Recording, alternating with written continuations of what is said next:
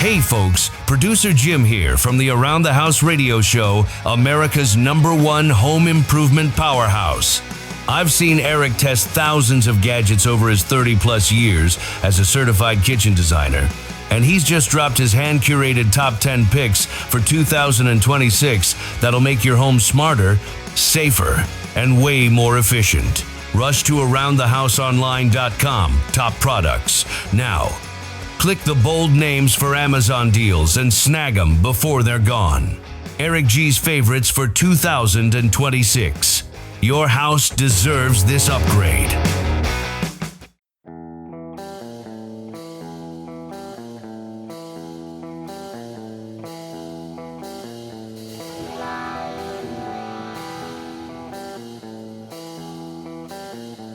Everybody stop what you're doing, please! When it comes to remodeling and renovating your home, there is no better show on your radio. This is Around the House with Eric G. Where's the hammer? From your back fence to the sidewalk, Eric will tell you how to keep it all in tip-top shape while helping you save a buck while doing it. If you like DIY projects, it takes a lot of practice to get good at it, and Eric is here to guide the way. Is it on the... Go up on the other floor. Somebody go up there and stop the hammering. All that and more on the fastest 2 hours of home improvement radio. These are the wrong plans. These are the old plans. Oh! Welcome to Stop it! Around the House with Eric G.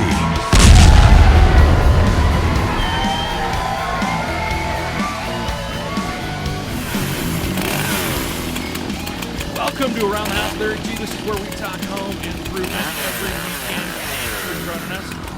We are in the studios of Talkcast PDX and our friend Clyde Lewis, host of Ground Zero.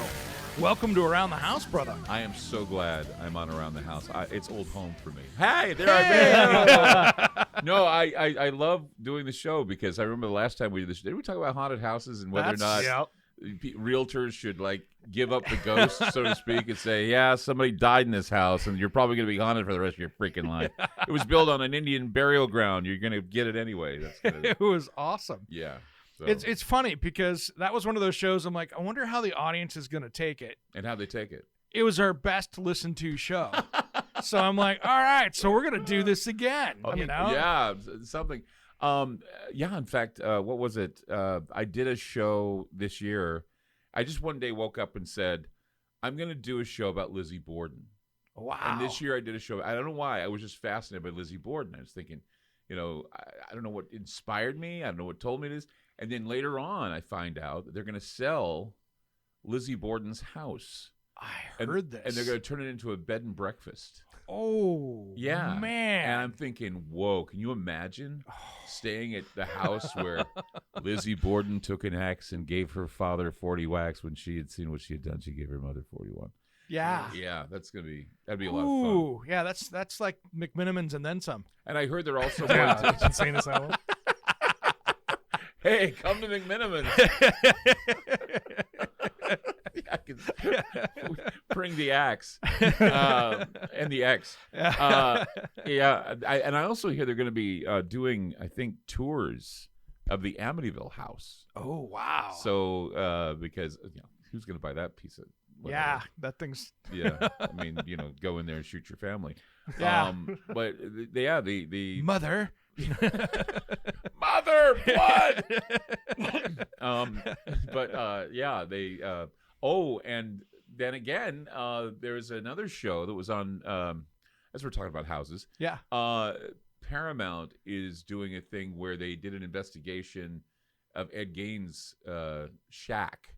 Oh wow. Where he did all the skinning of people. So, I mean, people have this, odd fascination about the dwellings. Oh, the Cecil Hotel. There's another piece of property. Yeah, I've heard about that one. Lisa Lamb. But the Lisa Lamb case is really creepy where she, ended up in the tank. Yep. And people noticed the water started tasting funny because she was, floating around in there. But they were doing that. Hashtag get a water filter. Hashtag check the crawl space for Chinese girls.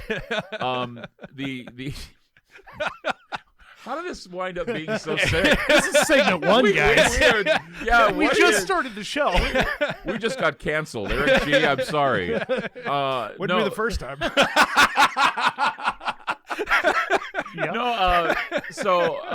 The Cecil Hotel, that's another scary property because I guess they're planning on reopening it for people to come and stay at. Ooh. But when you go there, I interviewed this guy. I've interviewed a lot of people who've been involved with the Cecil Hotel. Mm-hmm. And this one guy told me that when he was staying at the Cecil, he had this urge to jump out the window. Whew. And he said it's just this, and a lot of people I've talked with says because it's a jumpers hotel. It's in Skid Row. Yeah. In a place, in California, Skid Row area. Yeah. And apparently when you go there, you feel like the walls are crashing in on you. Oh, wow. And you feel like that you just want to die. You want to jump. And that's the thing is that people who live there, I mean, first Lisa Lamb, Mm-hmm. very sad, tragic story of Lisa Lamb, who wound up in the tank after, this elevator. I don't know if you've seen on the YouTube. Yeah. The elevator that she's like doing this weird elevator thing. And then she goes up and she disappears. Nobody sees her again. But Richard Ramirez, who was the Night Stalker, used to go kill people, come home at Cecil, wash his hands, and go to bed. He stayed at the Cecil. There was another guy that used to kill prostitutes. It was a German dude, got out of prison, killed prostitutes, came back to Cecil, and the Black Dahlia, who stayed there and drank, she died in the field next to the Cecil. Wow. So the Cecil Hotel is like this horrible, horrible hotel. And I remember when I first heard about it, I wanted to go do an investigation there. Mm-hmm. There's no way in hell is Ground Zero going to be there. Because they knew with the popularity I have with my show across the country, they would probably put a bad light on it. So they wanted to wait for the ghost hunters to show up. Oh, yeah. And so Zach Bagans got there and a few other people. And now they've turned it into like an institution. They turned it into a business. And I have a feeling that they're going to have like t-shirts saying, I stayed at the Cecil. And exactly. Well, I've stayed at the house, the Soden house, where they think that actually murder occurred in the Black Dahlia murders down in the basement. Oh, yeah. I had meetings there. I was at the Baldwin Design Council, and we spent the whole day at that house, and it was a creepy feeling place. Right. I mean, I have never really, I've never really taken in a haunted house. I mean, there was one house out in Oregon, out here, towards the west. I can't remember. It was the Gardners. Yeah, the one out in like Forest Grove or something. Yeah, the Gardner out that house. Way? Yeah, I was out of the Gardner house, and that place is pretty haunted. We saw some very strange things in the basement. And then, of course, the Forest Grove Lodge. I was there sleeping, and I actually felt my toe being tugged on. And and it was weird because we went there at the Forest Grove Lodge. And while we were there, we were doing kind of a seance type of thing. We had a guy, actually, it was weird. We had this Jewish guy who was doing like Jewish stuff. Mm-hmm. I don't know, he was saying Jewish prayers, and he was some Jewish mystic. And then we had somebody else there that was doing something else. We were doing EVP investigations and all kinds of other crazy stuff. And while we were sitting there was this bucket that was sitting near the fireplace. Mm-hmm. Something had kicked the bucket into the fireplace. Wow! And it's like it made a loud thwack, and it went into the fireplace. I looked at everybody. I'm going, oh my god! So Forest Grove's Masonic Lodge, the hotel, haunted. Yeah, haunted. Definitely. I have never experienced something so bizarre. I mean, I've had other places I've gone to, like Fat City. Mm-hmm. That's haunted. But it was funny because Fat City had a history of a waitress that worked there. And apparently there was this tryst going on between this customer and a waitress and somebody else. Okay. And this waitress kind of shunned him. And so he shot her in the back and she fell down the stairs. They were thinking that maybe her ghost was haunting Fat City. All right. We go there. We're doing an investigation. We find out there's like this strange vortex at Fat City. And come to find out that the ghost that we were talking to was not this waitress, but Milo Method was her name, and she turned out to be Humphrey Bogart's wife. Oh, wow! And apparently she died in a flop house that was above Fat City. She drank herself to death, and they used to call them the Battling Bogarts because before he met Bacall, he was like cheating on Milo, and Milo shot him. Shot him in the gut with a gun. That's how horrible it got. So I knew nothing about this woman until we did a ghost hunt and found out that she was haunting this area of. Then you go back and research it. Yeah. That's wild. I didn't believe any of this stuff. I thought it was just nonsense until I worked at this place, and it was in Tacoma, Washington when I lived up there. It was a cabin shop that I worked at. Right. And you come onto a new job, and they go, okay, well, hey, be careful around here. This place is going to creep you out. So everybody knows it. And I'm like, oh, you're just setting me up to mess with me. You know, it's just that, okay, I'm the new guy, right? Exactly. And I'm sitting there working one evening, probably my first week, and there is a door that goes down to the shop, and it's a 3-story old town hilltop kind of thing down there. Right. And this building was sold. It had tunnels down to the waterfront, you know, the old kind of Chinese tunnels where they would go down there. Shanghai so that was tunnels. Shanghai tunnels type thing, but in Tacoma. And I was sitting there, and I heard this bam, bam, bam. I look out around the door of my office, and there's the door that goes down to the shop from the cabinet showroom. Mm-hmm. It was a double swing door, so it would swing one way back and forth, kind of like you'd see in a restaurant or something like that. Right. And it was sitting there going bam, bam, bam, bam, bam, bam, about that pace, stop to stop, just 30 seconds of it just going bam, bam, bam, bam, bam. No wind, no nothing. Right. And I'm like, oh, that's what they're talking about. And we had a lot of those different kind of things like that would happen. Stuff like that, yeah, it's unexplainable. I mean, I went to the Martinez Gazette, which was in Martinez, California, and I was doing an investigation there. That's where a guy by the name of Richard Gaikowski was the editor there. Come to find out that Richard Gaikowski was a suspect in the Zodiac killer case. Oh, wow. And so this guy Gaikowski was actually haunting the Gazette, the Martinez Gazette. And while I actually did a remote show there, and I was on at the time I was on Sirius, and I was on my national, of course, all my national gigs. I was with Premier Radio. And it was funny because we were doing a show, and this woman I was interviewing, we were right there at the Gazette, right there in the room where they're doing all the newspaper stuff.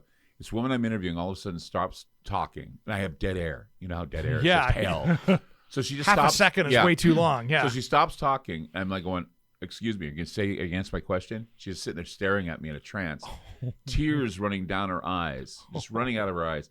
I'm thinking something horrible is going down, something bad. She gets up and just walks away. Wow. And I'm like, going, wow, what's going on here? And then all of a sudden I felt something at my throat, closing in on my throat. I felt like I was going to throw up, and it was a horrible feeling, and I started crying on the air. And I wasn't crying because I was worried that I was dying. I was crying because if I was going to die, I wasn't going to be able to say goodbye or anything to my before my wife, my fiance. And it was just scary. And there I was on the air that night doing that, and it was funny because they pulled the plug on the show at Sirius when I was doing that. I was going through this scary moment. Yeah. I ran outside, took off my shoes, put my feet in the mud, and I just started throwing up. Oh, wow. It was just the scariest thing. It was almost like I was being possessed by this horrible spirit, and I had never had that before. I mean, many times you go in and you're thinking, well, I've got the light of Christ, or I got something behind me that's going to protect me from all this stuff. For some reason, this is the most evil entity I had ever come in contact with in the history of my investigations. And I was like, 3 to 4 weeks after cancer surgery, doing a ghost hunt.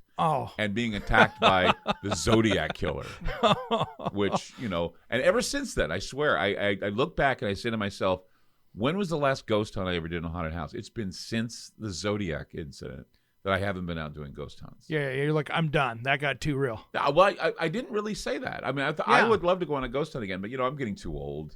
My knees are giving out, and after three surgeries, you know, major surgeries for cancer, I don't think I'm in the ghost mood, because the last time I went on an investigation, I went to Maury Island to investigate the UFO case out of Maury Island, and I fell on a piece of driftwood and twisted my ankle, and they had to carry me out of this area, and they were going to call a helicopter because I was on the other side. You know, Seattle is on the other side, and here I am at Vashon and Maury Island, so they had to call an ambulance, bring it across on a ferry, pick me up and take me out to a hospital in Tacoma in order to get my foot looked at. And that was the most embarrassing thing. And I thought, no, I'm not going to do that again. And that's hours and hours for that whole trip to happen. Yeah, because I still think I'm a teenager. I think I can go and be like the rest of them. And no, I'm this big, hairy, burly guy going, okay, let's do the ghost hunt, guys. I'm going to fall down and hurt myself. And, I just feel like I'm going to sit in the studio. Thank you very much. Let the young kids go out and get the ghosts, and I'll just report it. There we go. I get that. Yeah. It's one of those things that, we talked about it last time on the air, and this was, 3 years ago, Halloween, I think it was, in the studio we were doing live, and it's still one of those things that I still think about.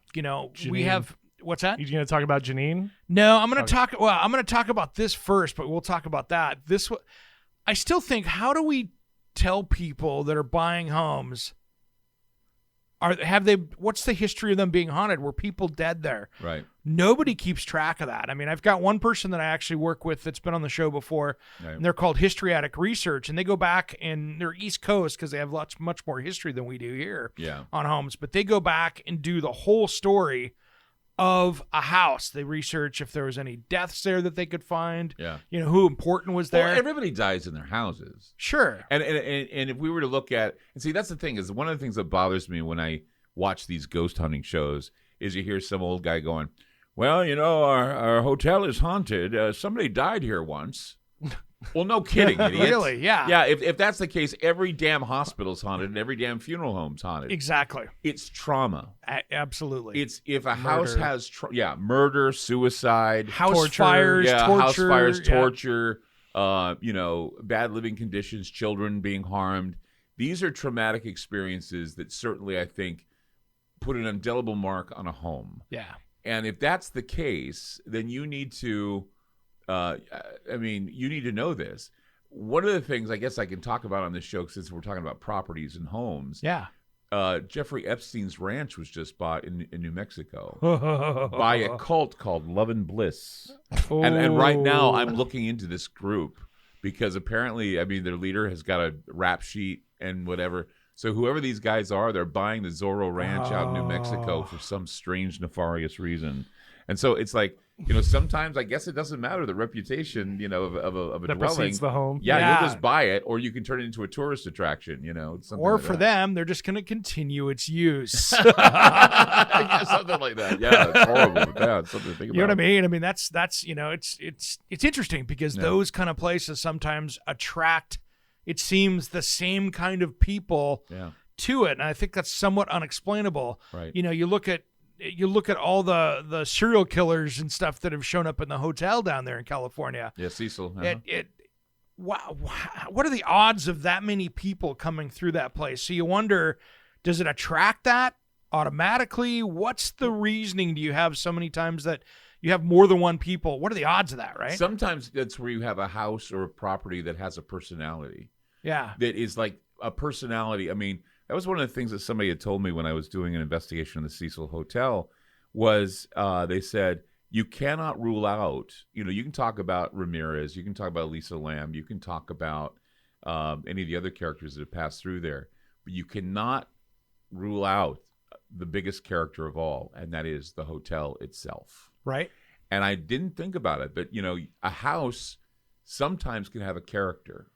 It can have quite often. Yeah. And scientists now are looking into something called panpsychism. Mm-hmm. And what panpsychism is that the idea that things have consciousness. Mm-hmm. That includes your house. Yeah. And so if your house is dirty or not cared for or you don't do anything to it, its character also is sullied. Yep. And you can tell how a house is taken care of or not taken care of, and you can tell the people inside, it does weigh heavy on the people that live there. Yeah. Depression, people who hoard, everything. You look at the house they live in, and you can pretty much tell what kind of people live in these places, and because the house is part of that character. You think about it, buying a house is a very emotional decision for most people. Yeah.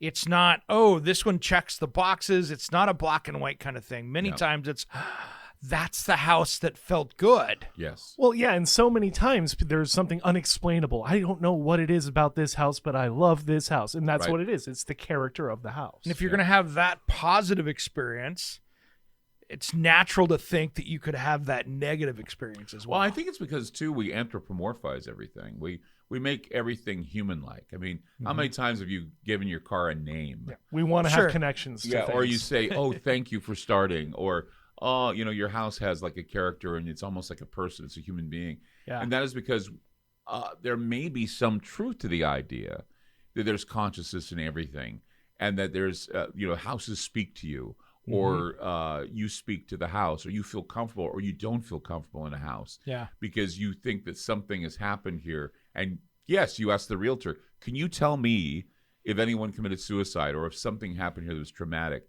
I think that they should tell you. I think there should be something. If the house has a trauma behind it, but see, that's the thing. They want to unload it and flip it. Yeah. But how are they going to order and flip a house when the house that people get reflects on their character, and they immediately become depressed, and then we have another mass suicide or a mass shooting in a house? It seems to reflect on the people too. And then is it the property and not the house? Yeah. You know what I mean? I mean, maybe the house is gone and somebody built something new there, and it's still there. Yeah. You I know? mean, there's a theater bar that's not too far from where we're broadcasting that was haunted. And we did an investigation there. And it was funny because we found out that they wanted to unload the bar. They wanted to get rid of it. And they were going to sell it to a bank. But what happened is just before we did our investigation into it, we found that it was haunted. It was an old theater. It was a mortuary. It was a number of things. It was back in the day when it was a pioneer mortuary, actually. Oh, wow. The bodies were taken in there and everything, and they had a little crematorium downstairs. And we figured that that's where the hauntings came from, was because theaters are always haunted.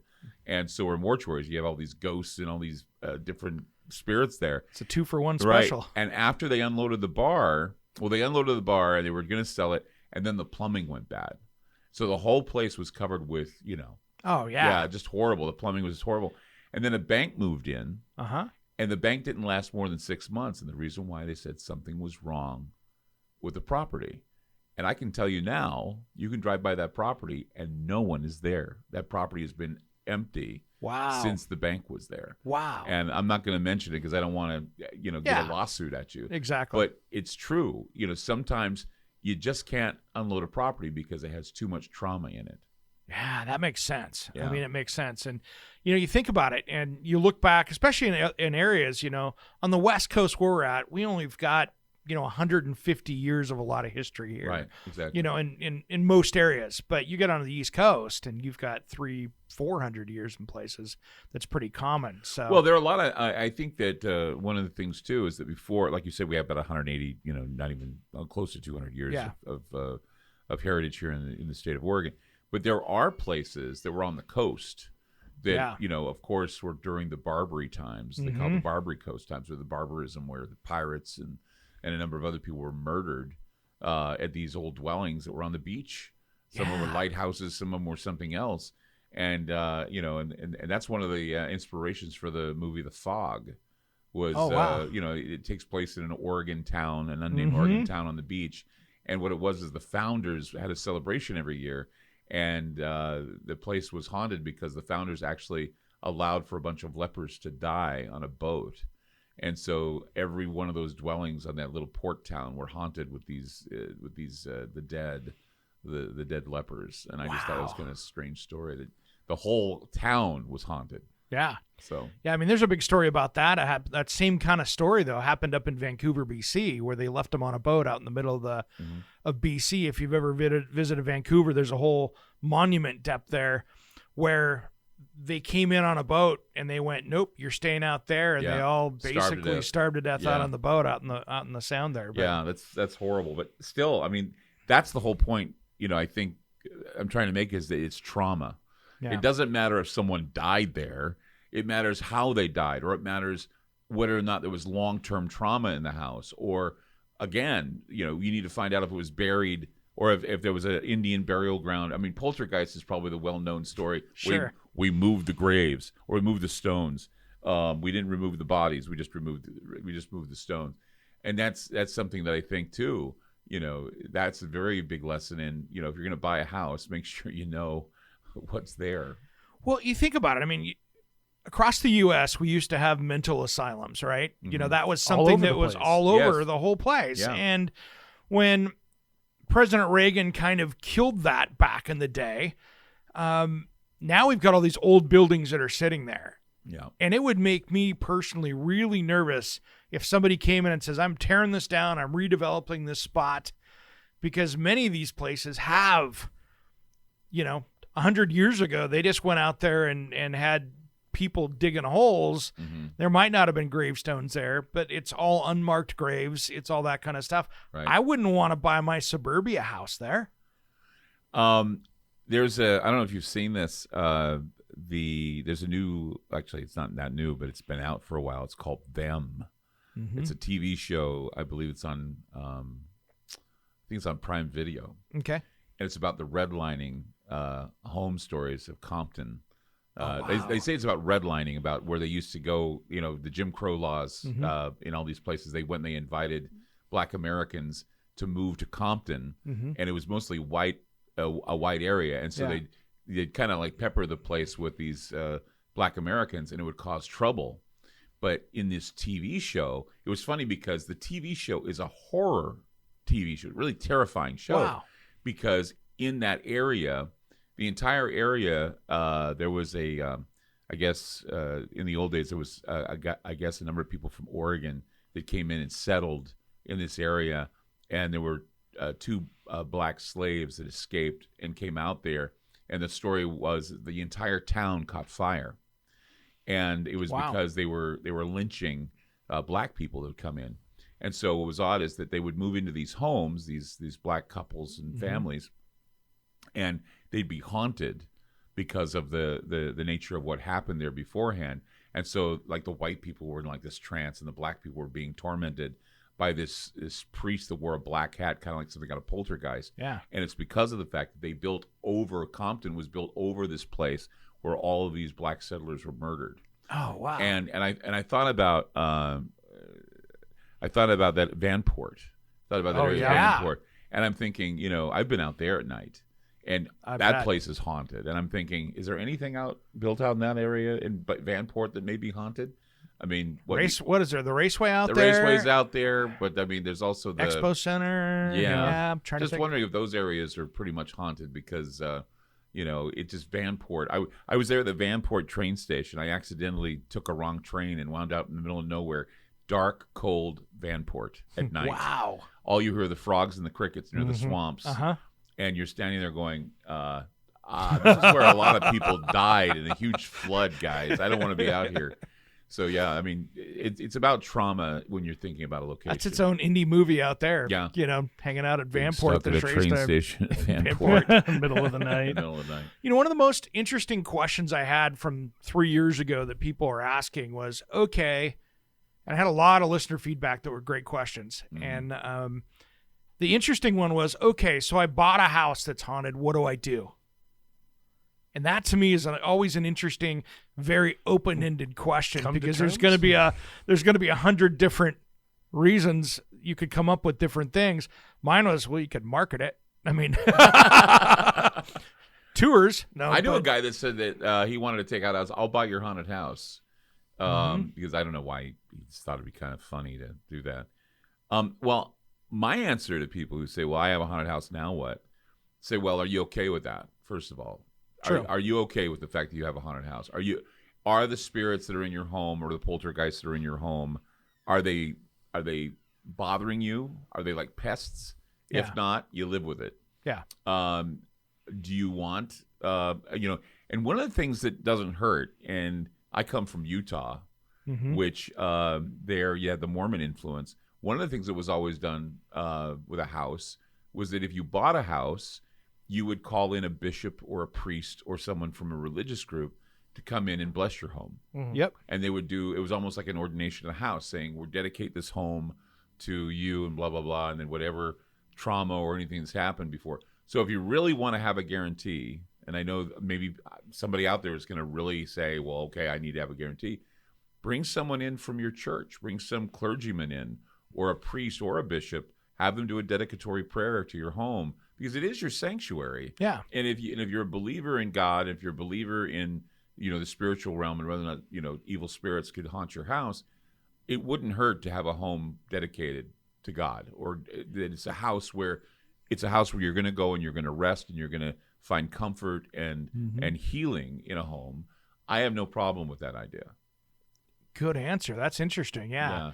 I mean, otherwise you need to call in a priest to do the holy water and the whole thing, but you don't want to do that. You don't want to do the aftermath thing. You want to do the pre thing. You want to be prepared for that. Proactive. And again, it goes back to if you have a home and you get a home and you just let it go, where you're not doing the gutters, where you're not doing the crawl spaces, where you're not doing anything to improve it, you damn gonna find out that if you don't do it, the demons show up. Yeah. Seriously. I mean, there are things called duendes, which is a Latino kind of it's like a little demon, a little gnome that comes into homes. I actually saw a video of one once, and it was really bizarre. It was hiding under the stairs, under the carpet, and this little Mexican boy was chasing it around. And I saw the little tiny thing. I mean, it was a mouse. No, it looked like a little human, little tiny human. Oh, weird. Duende means those who live under the stairs. And what they do is the old legend is that if you let your house get dusty, the duendes show up. Wow. And that's kind of, I guess, a rule of thumb for anybody that doesn't want a poltergeist or a ghost or anything show up at a house.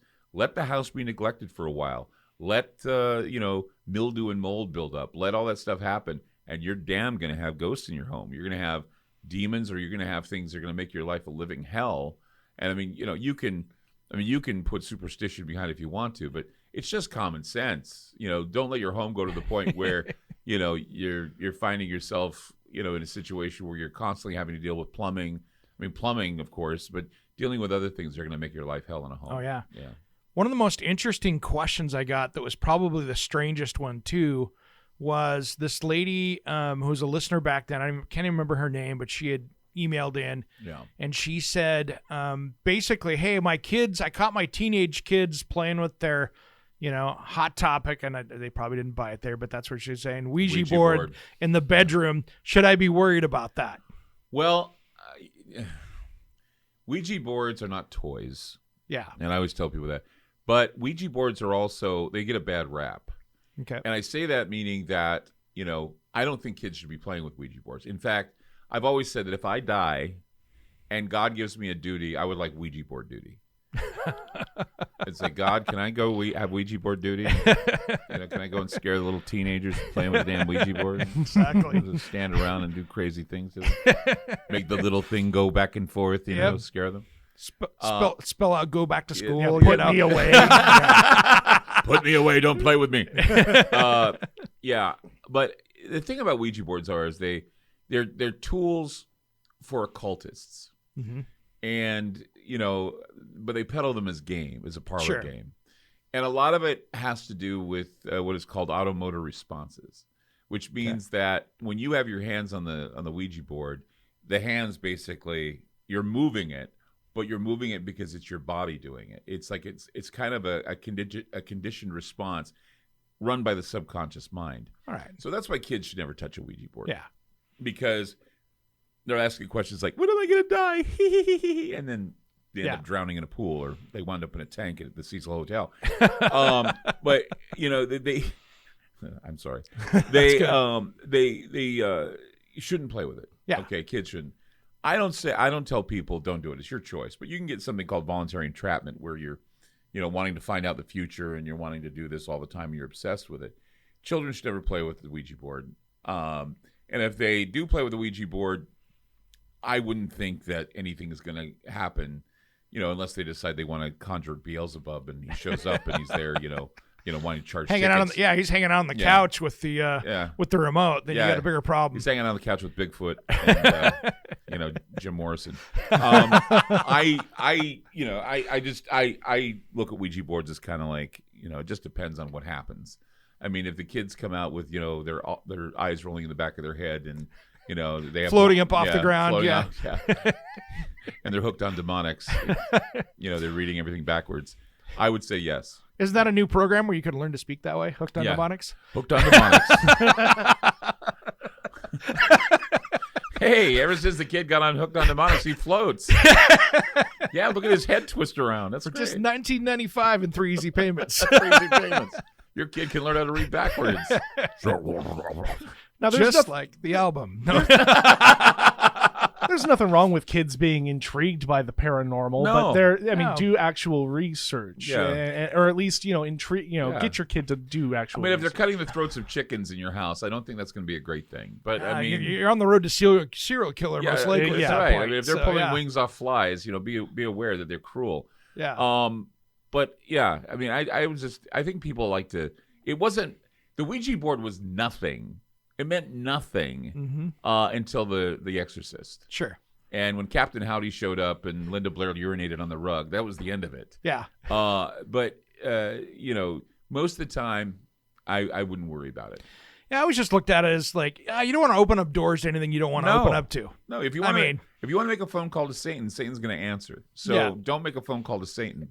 But don't overdo it either. I mean, if the kids play with the Ouija board and you start seeing things topple off the shelves, you start seeing stuff go nuts. In fact, most of the time, if you're having poltergeist activity in your home, it's because of kids. Interesting. Is usually teenage girls. Because poltergeist activity happens because, believe it or not, women are more telekinetic or psychokinetic than men are. And that's kind of a weird thing. It's like, did you ever see the movie Carrie? Oh, yes. That's why Stephen King wrote it, was because he was reading a study on psychokinetics and telekinetics with young girls, that there are times where, and it's rare, but there are times when some girls have so much emotional stuff inside them that it manifests in poltergeist activity. Wow. And in fact, one of the things that whenever we would come to a house, there are a lot of things you ask questions about when you come to a house and people say, we have a ghost situation, we have a poltergeist situation. And you ask questions like, okay, anybody in the house on, anticonvulsives? Meaning, do they take any drugs for epilepsy, or do they take any drugs for this? And the reason why is because sometimes people can go into seizures and they can think they're having this poltergeist stuff going on. Yeah. So you ask them if they do that. Another thing you ask is, do you have a teenage girl who's menstruating in the house? And they go, why would you ask that question? Well, because that, for some reason, attracts poltergeist activity. And it's usually around the time of the moon phases when that happens. If you record how poltergeist activity happens, it usually happens around the moon phases, and that's why they ask if you have a menstruating teenager, because teenagers have a lot of emotional backup that they don't know where to do it, and so usually it happens around the time with girls, around the time of the moon phase, and moon phases are usually attributed to the menses. What it's going to happen. I know those are weird questions to ask, but this is real. Fascinating. This is real occult paranormal. I mean, most of the time when I see people on TV do their investigations, I laugh at them because they don't know, some of the real reasons why this stuff happens. Yeah. And so they ask stupid questions. Or you have someone who's seen poltergeist, and they go into these situations. They go, there's a spirit in this house. Go to the light. Go to the light. I was on a ghost hunt once. And it's a true story. I always tell this story because I think it's a great story. I went on a ghost hunt with someone, and it was some poltergeist investigator that I didn't know who it was. Some, one of those people who are the light and laughter and light and rainbow type people who believe that if they show up, the ghost is going to flee into the light. And so they go to the light, go to the light. And they say, I'm trying to get the spirit to cross over. And so I was in the middle of a ghost hunt once. I heard a light and rainbow person say, go to the light. And I said, can I ask you a question? He says, what's that? I said, why did you say that? It's just because I want them to go to the light. I want them to cross over. I says, why don't you go to the bathroom? And she goes, what? I go to the bathroom. She goes, I don't want to go to the bathroom. I want you to go to the bathroom. Say it over and over. And I kept saying over and over, go to the bathroom. She goes, I'm not going to go to the bathroom. I says, then quit telling the ghost to go to the light. Right? I said, because you're not going to do us any, ghosts are here for a reason. Yeah. Sure, if they felt that their life was finished, they're going to jump on the light train to the afterlife concentration camp, then fine. They'll go do that. Yeah. But the problem is that people tend to think that these ghosts, they've lost their way. That's why they're here. And all of a sudden you have the wisdom to give it to them. And you have the wisdom to give them to it. Like all of a sudden they woke up one day and, this light and rainbow hippie just told me to go to the light. I think I'll do it. I see the light now. Yeah, I see the light. But no. And I told her, I says, you don't do that.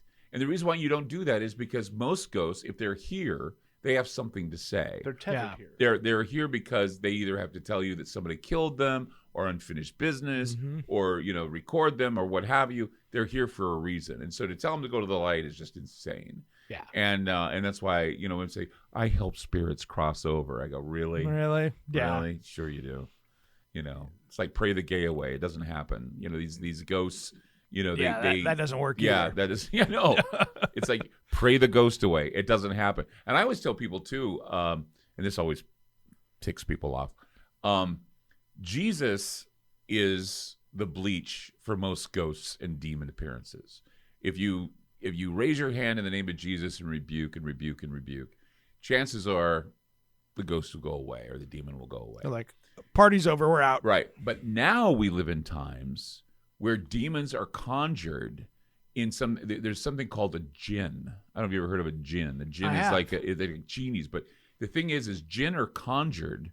They're Middle Eastern Mesopotamian demons that are conjured, and they are hard to get rid of. And Jesus is not the bleach that gets rid of them, because everyone says, well, all the spirits know who Jesus is. Not the ones that are conjured by people. Those are homunculi. And, homunculi are actually to do the bidding of its master. And they answer to no one but their master. It's kind of like a golem. Have you ever heard of a golem? Golem was created by a Jewish rabbi to protect the children of Prague. And it only answered to the rabbi. And nothing could stop it because it protected the children from being killed.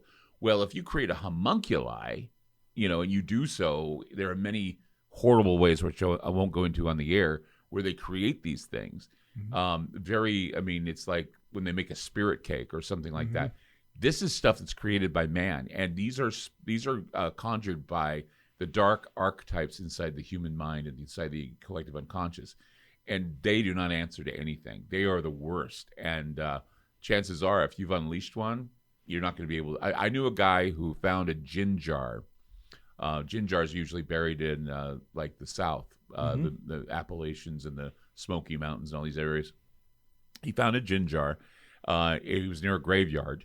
He found two of them. One of them broke open, and this black mist came out of it. That's never good. Yeah, not good. And he even sent me a video of the black mist going around in his house. It was really creepy. And eventually he drank himself to death. Wow. Because this thing, he couldn't get it out of his life, and it kept bothering him, and he finally drank himself to death. So when you're messing with stuff like that, Ouija boards are kind of a parlor game compared to what you're going to be messing with, like jinns and other things. Well, fair enough. In fact, jinns are so dangerous that they'll put you to death in the Middle East if you conjure one. Wow. Yeah, they will kill you. They will execute you if you do it, because Yeah. that's Middle You've East. unleashed a plague, Yeah, basically. Yeah. pretty much. They'll do. If they find out that you made a jinn, I mean, there was actually a Ahmadinejad. He had two men that he had work with him. Mahmoud Ahmadinejad, basically had two men that were working with him for creating jinn, and they executed them. Wow. So yeah, you don't mess with jinn, because jinn are like, you can't clean them up. You can't use It's cool Allah gin time again. or Muhammad or Jesus or anybody. So around the house with Eric G, cleaning gin out of your home. I just not the kind you're drinking. I just drink it. No. I don't drink it. I just conjure it. Yeah. So gin That's or bad fascinating. news. Yeah. It's funny. I had a conversation with a buddy the other day, and we were talking about that. And I've been listening to Joe Rogan's podcast where he was talking about some of the guys with the alien stuff out there. And I was sitting there talking to a buddy of mine, and I'm like, wonder if there's any connection with the haunted houses and paranormal stuff and what people see that are possibly alien stuff running down there. Are those two interweb? I have a comment about that. I figured you did. I am a paranormal guy who doesn't like my peas touching my potatoes. Mm-hmm. When I eat, I don't mind, but I'm just saying, that old expression, I don't like my peas touching my potatoes. I want to have my potatoes and my peas, and I don't mix them up. Yep. My dad used to do that with his vegetables. I said, nah, you don't do that. I don't do that with the paranormal either sometimes. I mean, I don't think Bigfoot is an alien pet. Okay. True. I don't think the chupacabra has anything to do with aliens, or skinwalkers having anything to do with aliens, or any of the other things. I keep my things separate. Now, here's the thing about aliens. There are a lot of people that are of the opinion that aliens are demons or they're fallen angels. Mm-hmm. And it's because they go to a little place in Genesis 6 in the Bible where it talks about these gods coming from the heavens that basically raped the women and basically gave birth to what is called the Nephilim. Mm-hmm. And the Nephilim, of course, were physical, having the seed of these entities. Well, one of the things that I tell people is I say, if you read your Bible, there's a difference between aliens and spirits or spiritual beings like demons. Demons are spiritual. They have no physical bodies. Yep. I mean, so Jesus did not cast aliens into pigs. Okay, he casted demons into pigs because the pigs were the demons were begging for bodies, and Jesus said, "Okay, I'll cast you into pigs and then run you off a cliff like a bunch of lemmings, and have you drown." So I always give them that story. I say, now here's the thing, going back to the homunculus. If you take a spirit and you're conjuring it like a jinn or a homunculi, and you put it into the body of something, then perhaps you have a demonic alien creature. Because if you know anything about the occult, Aleister Crowley, who was known as the Beast, created a character called Lamb. Okay. And if you look at this character, he's got this big bald head, these eyes, and he's gray. And there was also another character named Iwas. And these guys were conjured out of the ether. There was there's so many different stories. A guy by the name of Jack Parsons. Okay. Jack Parsons and L. Ron Hubbard of Scientology fame went into the New Mexican desert and did a little conjuring called the Babylon Working. And what they did is they tried to bring the moon child that Crowley had created, called Lamb, into the world. And so what it was is they conjured a spirit to go into the body of the moon child. Okay. And they did this ritual in order to do it with a woman named, I think her name was like Margaret. I can't remember her last name. But this is the kind of stuff where you're getting into putting the peas with the potatoes. Yep. But when I think of aliens, I think of them as biological creatures with bodies, or synthetic creatures, or synthetic AI, where they aren't even human. They're not even human-like, where they are pretty much synthetic robots that look like these little gray things. And I've always said too, we anthropomorphize all the aliens, but the thing is, that's what we're expecting. We're expecting if there are aliens that come down, they look like us. They have two eyes, they have a mouth, they stand upright, hands and feet. But what if they look like lobsters? Do you think they were gonna, no, they come down and they say, "Where's the butter?" And immediately, get the pot out. We're boiling our alien buddies. Yeah. And you look at octopus, they're saying that they're probably evidence there are aliens, because these things have jet propulsion systems in them, and they can communicate and all this other stuff. So, like I said, if you want to put your peas with your potatoes and say that aliens are demons, I guess you can say that. But demons always, to me, have been spiritual creatures. So if good argument, If a spirit decides to embody an alien, then yes, we have alien demons. But until then, a lot of people have used it as an excuse to say, well, this UFO thing is all a deception by Satan. And I just say, oh my God, where did you come up with that? Satan. It never says in the Bible that Satan hoards the aliens. But then you get back to the idea of the spirits of the air, and the spirits of the air, not aliens of the air. So I have this argument only because I'm a stubborn paranormal investigator that doesn't want my peas with my potatoes. Fair enough. I just don't want that. So. Well, I'll bring this back around to houses, even though we went way out here. It's funny. UFOs over your house. Jackie Gleason. Okay, what about him? The story that he saw the alien beings? And he built the UFO houses in New York. Yeah. He built houses. Took an upstate New York. He took an area and had a shipbuilder build this big alien looking, and it was 56, 57, built this cool house. It was a shipbuilder, so there's no square walls in this thing. It is beautiful, but it's a mid-century alien spaceship-looking house. Okay. You know why Gleason was so into UFOs? Why is that? Because there's a story that Nixon showed Gleason the aliens. Down at Homestead Air Force Base. Yeah. I've heard that. That he basically went through and he showed him, and he said they looked like, they had black, gray, leathery skin, and they were in, refrigeration cabinets and whatever. And I think somebody had said that Gleason, to his deathbed, said that this really happened. This story really happened, that Gleason saw the aliens. Yeah. And ever since then, he'd been like really blown away by it. Yeah, and supposedly his wife, even after his death, still went with that and said, yeah, I talked to him when he got home from that. He was just blown away that he'd actually gone and seen that. Yeah, he'd seen a ghost. He was like white and pale. He's like, I just saw the aliens, honey. Yeah. To the moon, Alice. You know, I saw the aliens. Yeah. To the moon. To the moon. Dogecoin, to the moon. Sorry. That was good.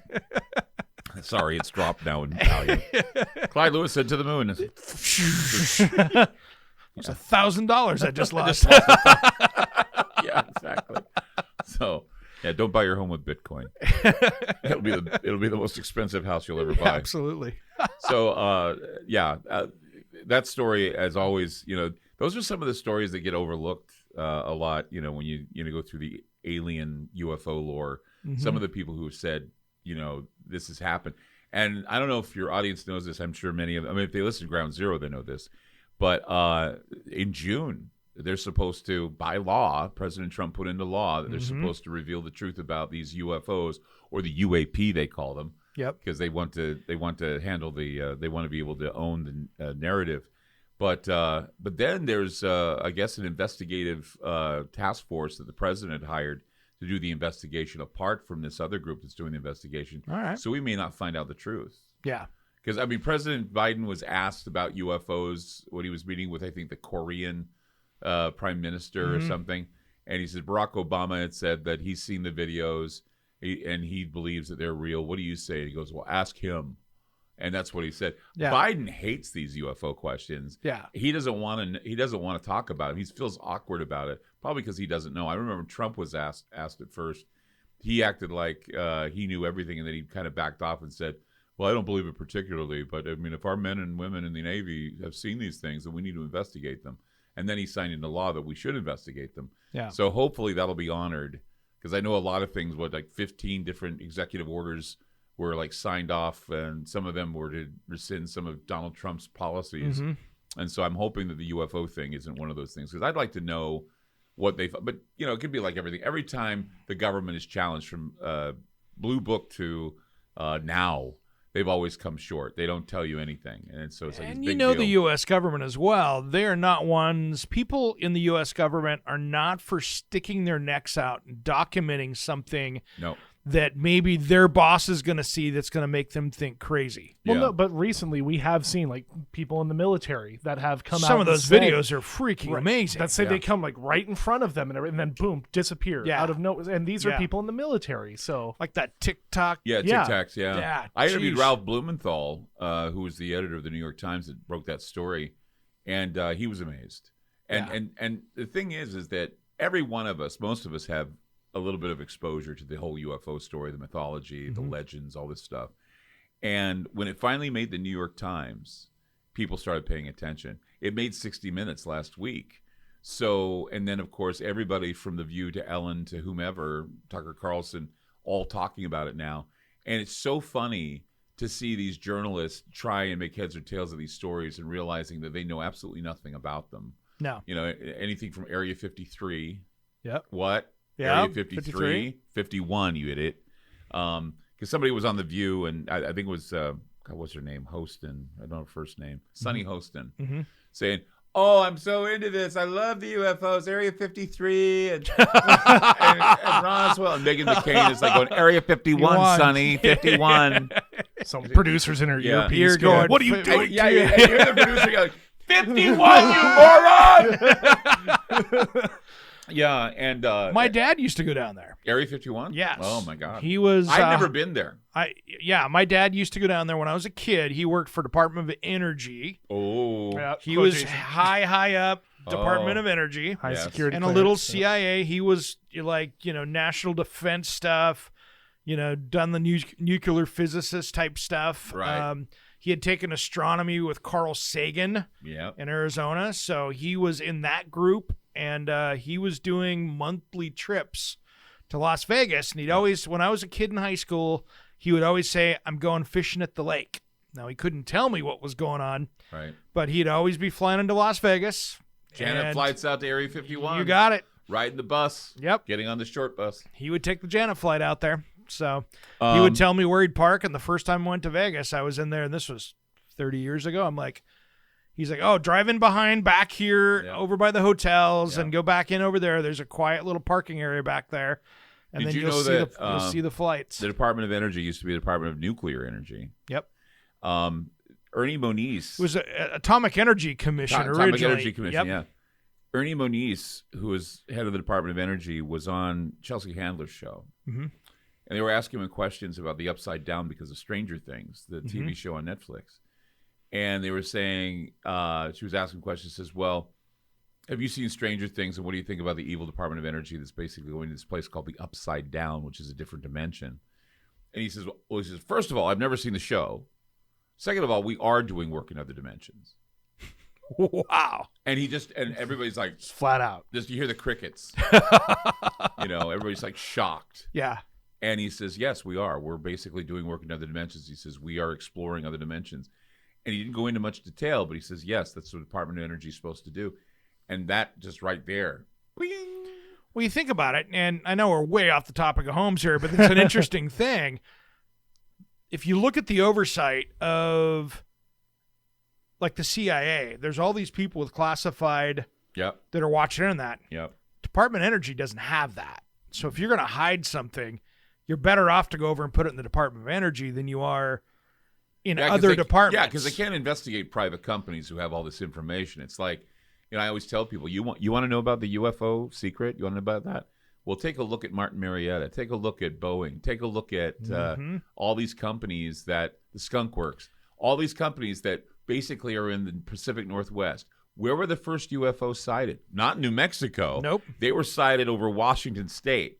Okay. Kenneth Arnold was flying his plane over Mount Rainier, and he saw these 9 Chevron-type looking things flying towards Mount Adams.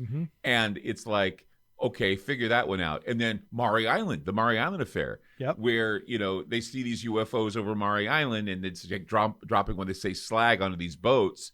And it's like, so these were the first, you look at the Trent UFO, McMinnville. Yeah. These were all unimpeachable stories about UFOs, and then bam, Roswell happens. And for some reason, Roswell gets all the credit. Roswell gets everything else.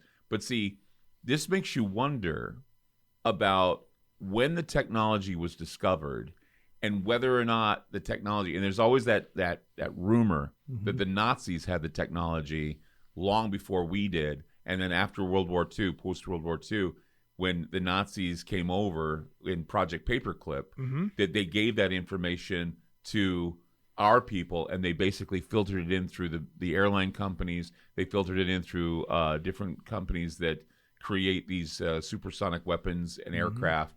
And so this has been going on since post-World War II. A lot of that has, I'll be honest. I think it has, because when I grew up in the Tri-Cities in Eastern Washington, because my dad was working for, out in the federal building there for the Department of Energy, we had a lot of kids in school where they were first generation. Their parents came from Eastern Bloc countries. Sure. I mean, we're still dead in the middle of the Cold War. Right. But they were all Eastern Bloc countries, German, whatever, and their parents all worked out at the Hanford Nuclear Reservation. And where was Werner von Braun in the 1940s? But he was working at White Sands. He was working in Georgia, Alabama, all these areas. But he was in White Sands around the time of the Roswell crash. Yep. And so you have to ask yourself, was that alien technology handed over to the Nazis? The Nazis had that information, and so they got their share. We got our share of Nazi scientists. The Russians got their share of Nazi scientists. By 1947, when Roswell happened, were they testing these aircraft over Washington and Oregon?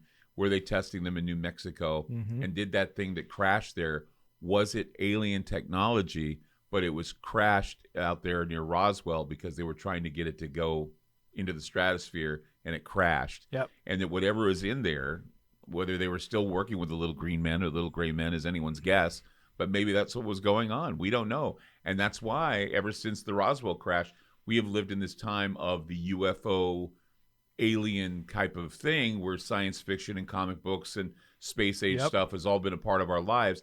And now here we are in the acclimation period, which is already confirmed in our minds and our hearts that maybe there is something out there, and we're about to get the information from the government, and hopefully whatever they're going to tell us is going to satisfy the public in thinking that something, because we got the Navy stuff, and we got the video, and we've got 60 Minutes, and we've got the New York Times. Now we need the government.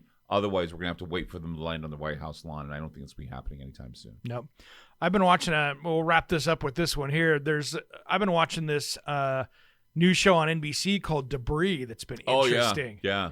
I don't know if you've caught that. No, I haven't seen this. Oh, it is crazy. It is a TV show. It's the X-Files with junk. Yeah, it's space junk coming in that Falling is to from Earth. fallen to Earth, and they're trying to get, and it has all these just wild properties to it. Yeah. And each week is more junk landing in another area, and everything from people floating around, everybody is in a trance and floating around, to cars floating around, and just crazy weird stuff.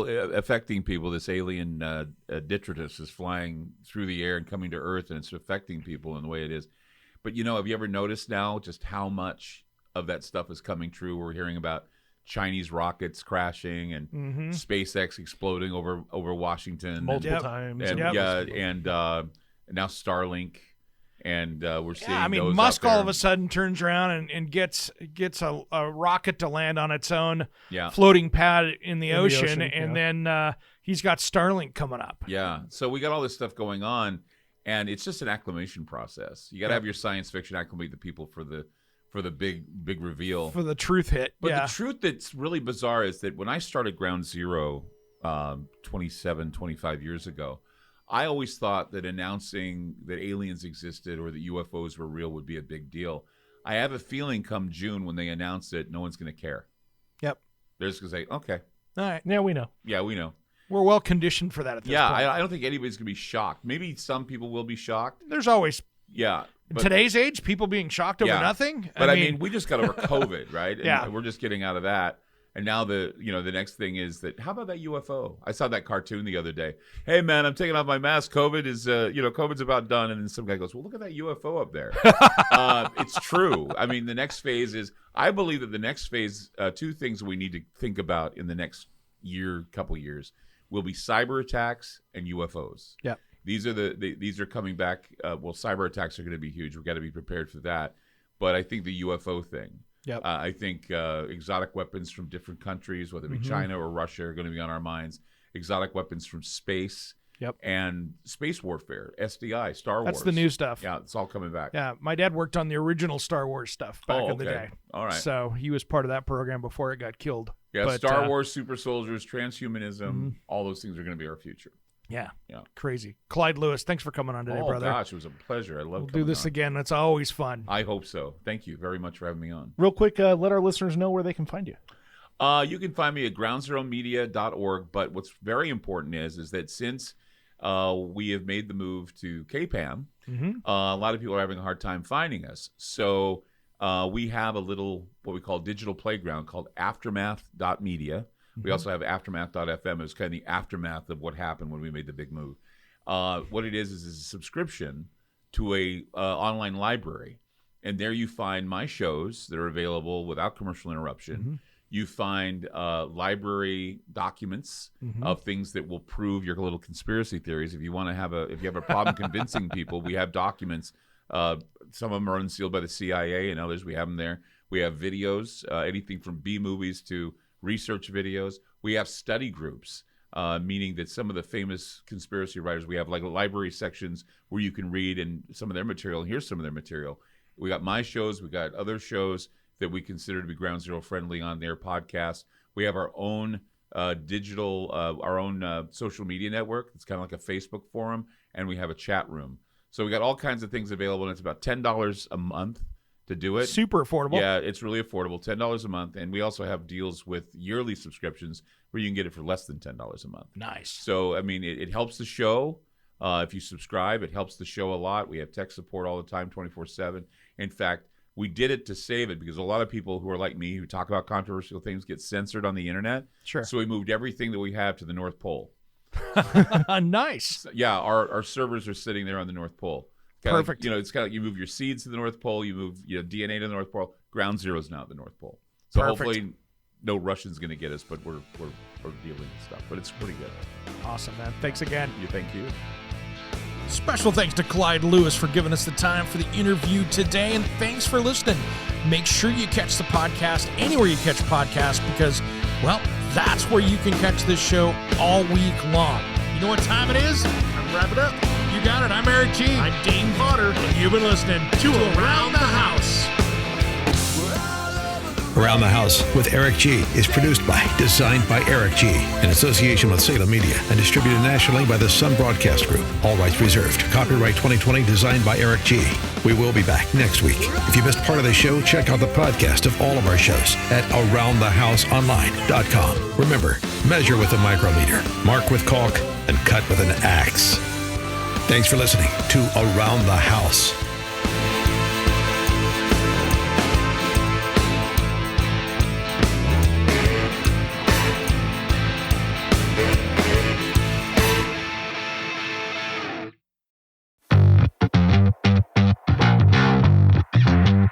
Hey folks, Jim here, producer of Around the House Show. You're loving the audio tips right now, but here's something new.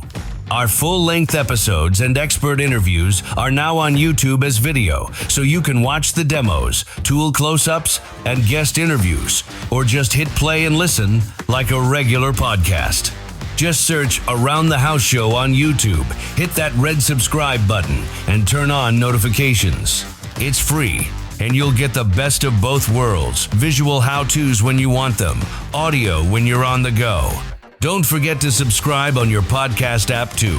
Thanks. And now back to the show.